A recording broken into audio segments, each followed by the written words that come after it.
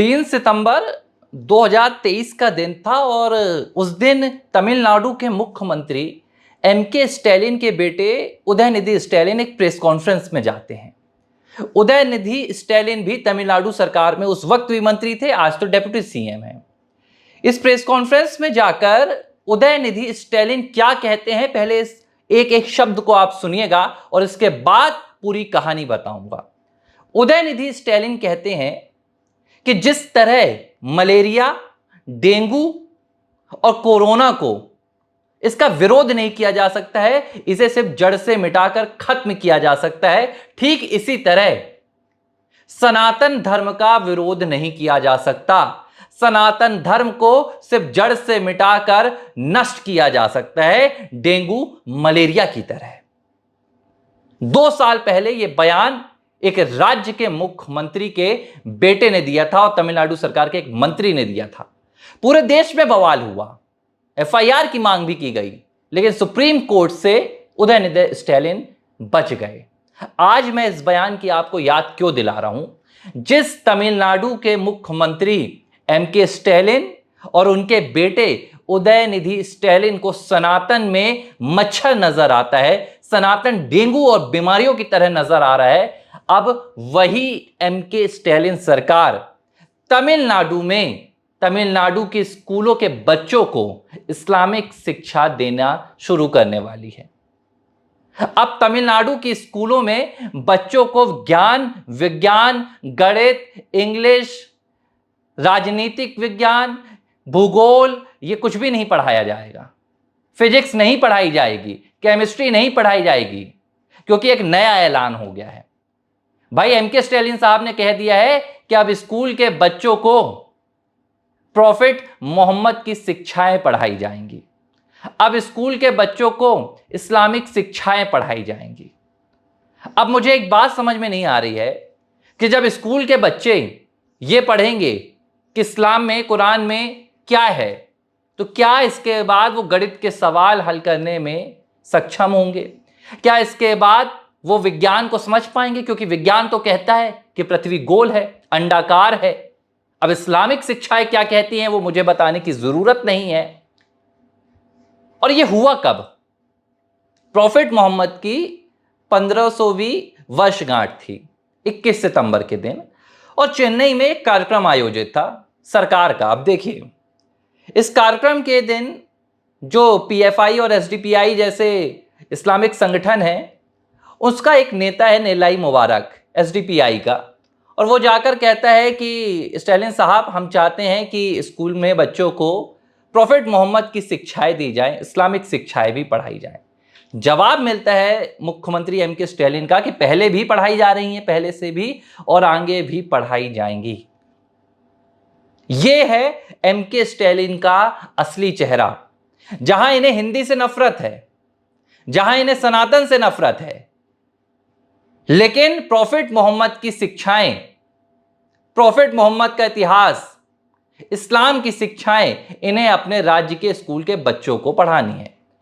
इससे इनकी तमिल जो संस्कृति है उसको खतरा नहीं पहुंचेगा, लेकिन संस्कृत की, हिंदी की और सनातन की इन शिक्षाओं से इन्हें सबसे ज्यादा खतरा पहुंच जाता है।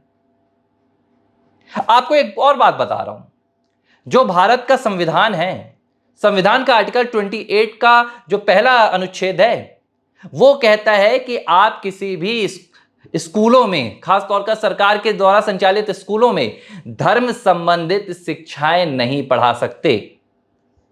यह सीधे तौर पर संविधान का उल्लंघन है। लेकिन एमके स्टैलिन को ऐसा करना है, और क्यों करना है इसके पीछे आप एक बात समझिए। और अब आप समझिए कि यह ना सिर्फ एमके स्टैलिन की कहानी है, बल्कि यह पूरे भारत में विपक्ष की सबसे बड़ी साजिश है। और मैं क्यों कहता हूं कि यह किसी एक धर्म के प्रति इनकी कोई बहुत दरियादिली नहीं है, यह किसी एक धर्म के प्रति इनका झुकाव नहीं है। दरअसल इनका झुकाव भारत के खिलाफ है। दरअसल इनका झुकाव सनातन के खिलाफ है। इनका झुकाव देश की बहुसंख्यक आबादी जो 80% हिंदू हैं उनके खिलाफ है। क्यों है, इस बात को आपको मैं समझा देता हूं। जब एमके स्टैलिन कहते हैं, उनके बेटे उदयनिधि स्टैलिन कहते हैं कि हम सनातन को नष्ट कर देंगे। तो सनातन कैसे नष्ट होगा? गजवा ए हिंद में इसकी बात बताई गई है। सनातन को नष्ट करना है तो दो विकल्प हैं, या तो जितने सनातनी हैं उन सबको खत्म किया जाए, नरसंहार किया जाए। 80% भारत में हिंदू धर्म के अनुयायी हैं, सनातन धर्म के अनुयायी हैं, या तो उन्हें खत्म किया जाएगा तो सनातन नष्ट होगा। लेकिन सनातन तो तब भी कहता है कि सनातन कोई एक मजहब नहीं है, सनातन एक प्रकृति से संबंधित धर्म है जो ना तो कभी अवतरित हुआ है ना जिसका कभी अंत होगा। लेकिन इनकी मानसिकता में यही है। और दूसरा विकल्प है कि तमाम जो सनातनी हैं उन्हें दूसरे धर्म में परिवर्तित कर दिया जाए, धर्मांतरण कर दिया जाए। तो दो ही तरीके हैं। तो क्या उस रोज 3 सितंबर 2023 के दिन एमके स्टैलिन का बेटा उदयनिधि स्टैलिन इस बात का ऐलान कर रहा था कि वो भारत में नरसंहार करने वाला है? मुझे नहीं पता, लेकिन उसने ये बात की थी।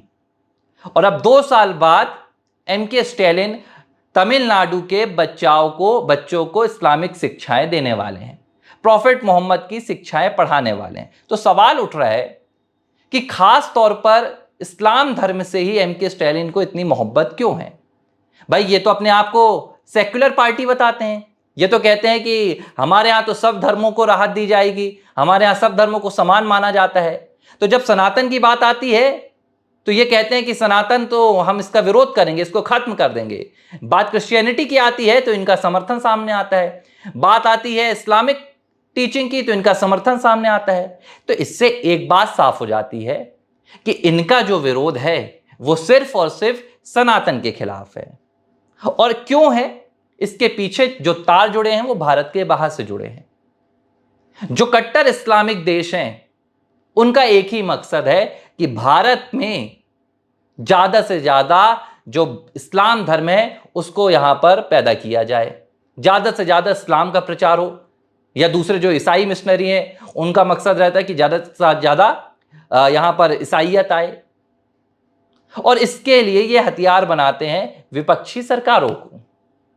अब ये जो पाठ्यक्रम लाने की बात की जा रही है ये भी एक विदेशी हथियार का ही एक हथकंडा है, क्योंकि ये एक संविधान के खिलाफ भी है। सुप्रीम कोर्ट की बाकायदा इस पर एक टिप्पणी आई थी, एक फैसला आया था जिसमें उन्होंने साफ तौर पर सुप्रीम कोर्ट ने कहा है कि किसी भी स्कूल में मजहबी शिक्षा सेक्युलरिज्म के सिद्धांत के खिलाफ है। भारत में अगर किसी स्कूल में गीता, जो कि एक धर्म से संबंधित नहीं है, गीता कोई मजहबी शिक्षा नहीं है, लेकिन गीता पढ़ाने की बात आती है तो इस पूरे देश के विपक्ष को अचानक से बुखार आ जाती है। इस पूरा देश का विपक्ष खिलाफ आकर खड़ा हो जाता है। भाई विरोध तब कीजिए अगर हम स्कूलों में सत्यनारायण भगवान की कथा सुनाएं, तब ये कि आप कह सकते हैं कि ये तो धार्मिक कथाएं हैं, इसे पढ़ाने की क्या जरूरत है? जरूरत तो तब भी है, होना चाहिए था। लेकिन आजादी के बाद से भारत में बहुसंख्यक आबादी को जो देखने का नजरिया था वो इस देश की सरकारों का एक अलग ही नजरिया था। जब बहुसंख्यक आबादी को, भाई बाप देख लीजिए राहुल गांधी क्या कहते हैं, हिंदुत्ववादी हिंसक हिंसक हिंसक हैं। इस तरह हिंदुओं के खिलाफ प्रचार किया जाता है।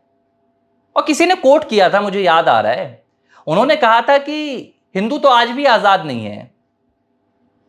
200 साल पहले अंग्रेजों ने गुलामी की हिंदुओं के ऊपर, उससे 700 साल पहले किसने गुलामी की? बाहर से आए आक्रांताओं ने गुलामी की, मुगलों ने गुलामी की, मुसलमानों ने गुलामी की।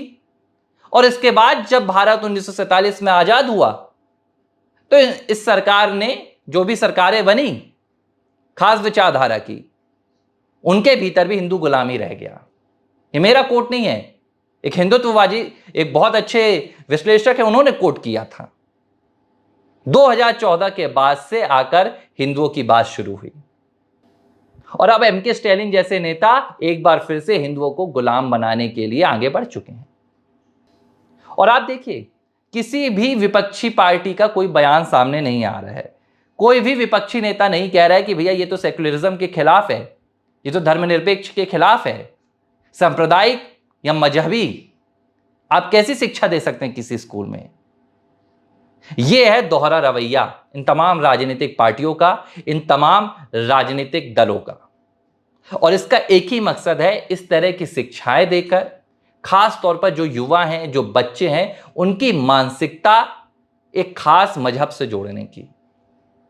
और मैं अगर कहना चाहूं तो भाई, अगर आप स्कूल में विज्ञान, गणित और इंग्लिश, हिंदी, गीत कविताएं, जो भारत का इतिहास है, उसके अलावा अगर आप इस तरह की शिक्षाएं पढ़ेंगे तो जाकर आप आगे क्या करेंगे और किस तरह का आपका बर्ताव होगा, वो मुझे लगता है कि जो फिलहाल लद्दाख में हो रहा है, उस तरह की मानसिकता आपकी बन सकती है। हालांकि मुझे लगता है कि इस मामले में भी याचिका लगनी चाहिए, सुप्रीम कोर्ट में जाना चाहिए, क्योंकि ये संविधान का उल्लंघन है। और अगर कहीं संविधान का उल्लंघन होता है तो उसके खिलाफ जो सर्वोच्च न्यायालय है, उसे तत्काल प्रभाव से इस तरह की शिक्षाओं पर रोक भी लगानी चाहिए। ABC हिंदी न्यूज, आज ही जुड़िए हर खबर के साथ